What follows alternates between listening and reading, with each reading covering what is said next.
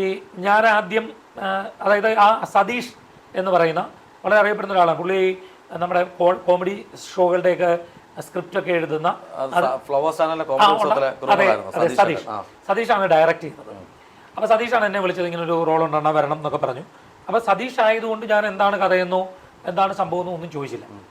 ചോദിക്കാതെ ഞാൻ പോയി അവിടെ ചെന്നു. പഞ്ചായത്ത് മെമ്പറായിട്ടാണ്. അപ്പം ആദ്യത്തെ ഇത് തന്നെ പഞ്ചായത്ത് മെമ്പറെ അവിടുത്തെ വോട്ടേഴ്സ് എല്ലാം കൂടെ എടുത്തിട്ട് അടിക്കുന്ന പെണ്ണുങ്ങൾ വെള്ളം കിട്ടാത്തതിന്. അപ്പം അങ്ങനെ ആ രംഗം കഴിഞ്ഞു. പിന്നാണ് എന്നോട് സതീഷ്, അപ്പോൾ അവിടെ ആരൊക്കെയോ പറയുന്നു സണ്ണി ലിയോൺ അടുത്ത ഇതിലുണ്ട്. അപ്പം ഞാൻ തമാശയാണ് ആദ്യം വിചാരിച്ചു, അടുത്ത ഷൂട്ടിൽ ദിവസമുണ്ട്. അപ്പം ഞാൻ ആദ്യം വിചാരിച്ചു തമാശയാണ്. പിന്നെ ഞാൻ സതീഷിനോട് ചോദിച്ചു. അപ്പോൾ സതീഷ് പറഞ്ഞു ഉണ്ടെണ്ണ എന്ന് പറഞ്ഞു. അപ്പം എനിക്കൊരു പേടി, എന്നാൽ എൻ്റെ തെറ്റാണ്. ഞാൻ വിചാരിച്ചു ഈ സണ്ണി ലിയോണുമായിട്ട് അഭിനയിച്ചാൽ ഇനി ആളുകൾ എന്ത് പറയും എന്നെ ഒരു ഇത് യൂട്യൂബ് അങ്ങനെയൊക്കെ എൻ്റെ മനസ്സിൽ എന്തോ അങ്ങനെ ഒരു ഭീതി വന്നു. അപ്പം ഞാൻ ശരിക്കും പറഞ്ഞാൽ എൻ്റെ വൈഫിനെ ഒന്ന് വിളിച്ചു. ഞാൻ പറഞ്ഞു ഇങ്ങനൊരു സംഭവമുണ്ട്, സണ്ണി ലിയോൺ ആണ് അഭിനയിക്കുന്നത് എന്ന് പറഞ്ഞു. അപ്പോൾ അവൾ ചോദിച്ചു അതെന്താ? ഞാൻ പറഞ്ഞ നല്ല പ്രശ്നമുണ്ടോ പോയെ, നിങ്ങൾ സണ്ണി ലിയോണുമായിട്ട് ഫോൺ വീഡിയോ ഒന്നുമല്ലല്ലോ അഭിനയിക്കുന്നത്. ഞാൻ പറഞ്ഞല്ല പിന്നെന്താ, നിങ്ങളെ അഭിനയിക്കാൻ വിളിച്ചാൽ നിങ്ങൾ അഭിനയിക്കാൻ പോരുക.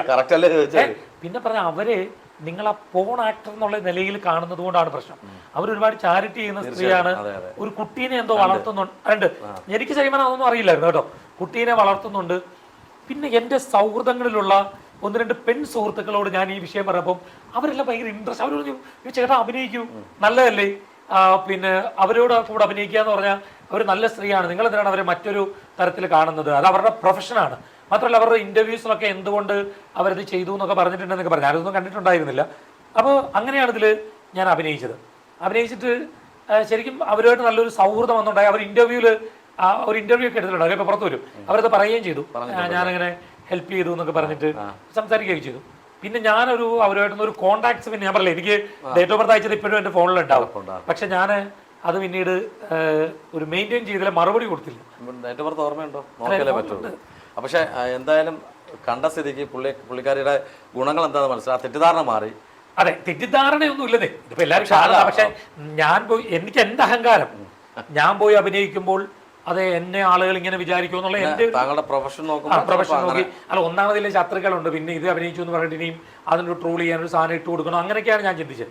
പക്ഷെ വീട്ടിൽ നിന്ന് തന്നെ നിങ്ങൾ ധൈര്യമായിട്ട് അഭിനയിക്കാൻ പറഞ്ഞാൽ പിന്നെ നമ്മളത് പഠിക്കും. അല്ല ചേച്ചി വെച്ചതിനകത്തൊരു കാര്യമുണ്ട്, ഫോൺ വീഡിയോയിലല്ലോ വിളിച്ചത്. അതെ, അതിലല്ലോ വിളിച്ചത്. നിങ്ങളെ അഭിനയിക്കാൻ വിളിച്ചാൽ നിങ്ങൾ പോയി അഭിനയിക്കാൻ പോരുക.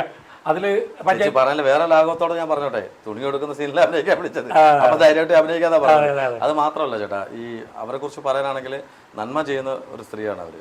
അപ്പം അവർ മുൻകാല ചിത്രം നോക്കേണ്ട കാര്യമില്ല, പക്ഷെ ഇപ്പോൾ അവർ ചെയ്യുന്നതെല്ലാം നല്ല നന്മകൾ ചെയ്തുകൊണ്ടിരിക്കുന്ന ഒരാളാണ്. അതിന് ഒരു ഭാഗ്യം ചേട്ടന് കിട്ടി, സതീഷ് ചേട്ടൻ വഴി കിട്ടുകയും ചെയ്തു. അതെ അതെ, ഇപ്പോൾ സതീഷ് അത് നല്ല ഇതായിട്ട് എനിക്ക് നല്ല ഒത്തിരി ശരിക്കും പറഞ്ഞാൽ അതിനകത്ത് ഒരു പ്രശ്നം പറ്റിയത് പാലക്കാടൊക്കെയുള്ള ഷൂട്ടിംഗ് ഉണ്ടായിരുന്നു. അപ്പോൾ എനിക്ക് ആ സമയത്ത് പാലക്കാട് എന്നെ വിളിച്ചത് അവർ, പക്ഷെ എനിക്ക് പോകാൻ പറ്റിയില്ല. കാരണം ആ സമയത്ത് എനിക്ക് ഈ നേരത്തെ പ്രോഗ്രാംസില്ല, അമ്പലങ്ങളിലും അവിടെ ഇവിടെ പ്രസംഗം കേൾക്കുന്നുണ്ട്, നോട്ടീസൊക്കെ അടിച്ച് പബ്ലിഷ് ചെയ്യുന്ന, അപ്പോൾ നമുക്കത് സ്കിപ്പ് ചെയ്യാൻ പറ്റത്തില്ല. അതുകൊണ്ട് അങ്ങനെ പലതും വേണ്ടാന്ന് വെച്ചിട്ടുണ്ട്. കാരണം നേരത്തെ ഏറ്റതുകൊണ്ട് പല പരിപാടികൾ അതിനകത്ത് ത്രൂ ഔട്ട് റോളാണ്. പക്ഷെ സണ്ണി ലിയോണുള്ള രംഗങ്ങളിലെല്ലാം ഞാനുണ്ട് ഓൾമോസ്റ്റ്.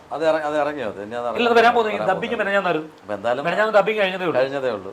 അപ്പൊ അത് ഭയങ്കര എക്സ്പെക്ടേഷൻ ഉണ്ട്. അത് അത്യാവശ്യം നല്ലതാണ്. കാരണം ഞാനൊരു പഞ്ചായത്ത് മെമ്പർ എന്നുള്ള നിലയിൽ അഭിനയിക്കുന്നു. പിന്നെ കുറച്ച് സീൻസ് ഉണ്ട്. ഫണ്ണിയാണോ? ഫണ്ണി പഞ്ചായത്ത് മെമ്പർ, അടിയൊക്കെ മേടിക്കുന്ന. അല്ല, നമുക്ക് കാണാൻ കൊതിയായിട്ടുണ്ട്. കാര്യം ചേട്ടൻ്റെ അഭിനയം കാണാൻ നമ്മൾ ഡയറക്ടർ ചേട്ടനോട് സംസാരിക്കുമ്പോൾ തന്നെ ഒരു പോസിറ്റീവ് വൈബ് ഉള്ള കാര്യം പറയാം. നമ്മൾ ഒരു ബർത്ത്ഡേ ഫംഗ്ഷൻ വെച്ച് ശിശുകൊണ്ട് തന്നെ മകൻ്റെ ബർത്ത്ഡേ ഫംഗ്ഷൻ വെച്ചിട്ട് നമ്മൾ സംസാരിച്ചപ്പോൾ അന്ന് തൊട്ട് എനിക്ക് ചേട്ടൻ്റെ ഒരു പോസിറ്റീവ് വൈബ് എനിക്ക് മനസ്സിലായി. ഒരു കലയെ സ്നേഹിക്കുന്ന ഒരാളാണെന്ന് മനസ്സിലായി. ജോത്സ്യരെല്ലാം ഇങ്ങനെ തന്നെയാണോ? ശരി, ഇതിനകത്തൊരു കാര്യം എന്ന് വെച്ചാൽ ഞാൻ നോൺ വെജ് കഴിക്കുന്ന ആളാണ്. ഞാൻ പരസ്യമായിട്ട് പറയുന്ന ആളാണ്. ഞാൻ പറയില്ല, ഒരു സാധാരണ നമ്മളുടെ ഏജിൽ, ഇപ്പം എൻ്റെ ഏജിലുള്ള ഒരു ചെറുപ്പക്കാരന് എന്തൊക്കെയാണോ അയാളുടെ ജീവിതത്തിൽ അയാൾ ചെയ്യാൻ കഴിയുന്ന തരികിട പരിപാടികൾ അതെല്ലാം ഉള്ള ആളാണ്. ഞാനത് പ്രത്യേകം പറയുന്നതെന്ന് വെച്ചാൽ ഇന്നത്തെ ചില പിള്ളേരുടെ തരികിട പരിപാടികളുണ്ടല്ലോ, അങ്ങനത്തെ കാര്യങ്ങളൊന്നുമില്ല. ഇപ്പം MDMA അങ്ങനത്തെ അതല്ല, നമ്മുടെ ഏജിൽ അന്ന് അതൊക്കെ കഴിഞ്ഞു വന്ന ആളാണ്. അപ്പോൾ സ്വാഭാവികമായിട്ട് ഞാൻ ജോത്സ്യന് വേണ്ടി എൻ്റെ ഇമേജ് ബിൽഡപ്പ് ചെയ്ത് അങ്ങനെ നിൽക്കുക എന്നൊരു കാര്യമില്ല. ഞാനിപ്പോൾ എവിടെ വിളിച്ചാലും ഞാൻ പോയി കഴിക്കും, ഞാൻ ഫുഡ് അടിക്കും, നോൺ വെജ് കഴിക്കും. ഞാനിത് പരസ്യമായിട്ട് പറഞ്ഞുകൊണ്ട് ചെയ്യും, ഇത് രഹസ്യമായിട്ട് വെച്ചോണ്ട് ഞങ്ങൾ ചെയ്യുന്നില്ല എന്ന് പറയുന്നവരുണ്ട്. എല്ലാവരും പറയുന്നില്ല.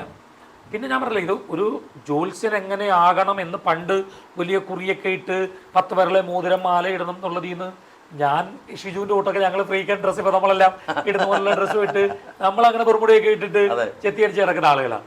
പക്ഷെ പ്രൊഫഷണലി എൻ്റെ ഓഫീസിൽ വരുമ്പോൾ ഇപ്പം എനിക്ക് തലേ ദിവസം ഒരു ഹോട്ടലിൽ നിന്ന് ചിക്കൻ കറി വിളമ്പി തരുന്നാൽ പിറ്റേ ദിവസം എൻ്റെ ഓഫീസിൽ വരുമ്പോൾ ഞാൻ വേറൊരാളായിരിക്കും. അവിടെ പക്ക പ്രൊഫഷണലായിരിക്കും, ടൈമിൽ പ്രൊഫഷണലാണ്. പുറത്തിറങ്ങുമ്പോഴും അങ്ങനെ തന്നെ ആവണം എന്ന് പറഞ്ഞാൽ എന്നെ നടക്കുന്ന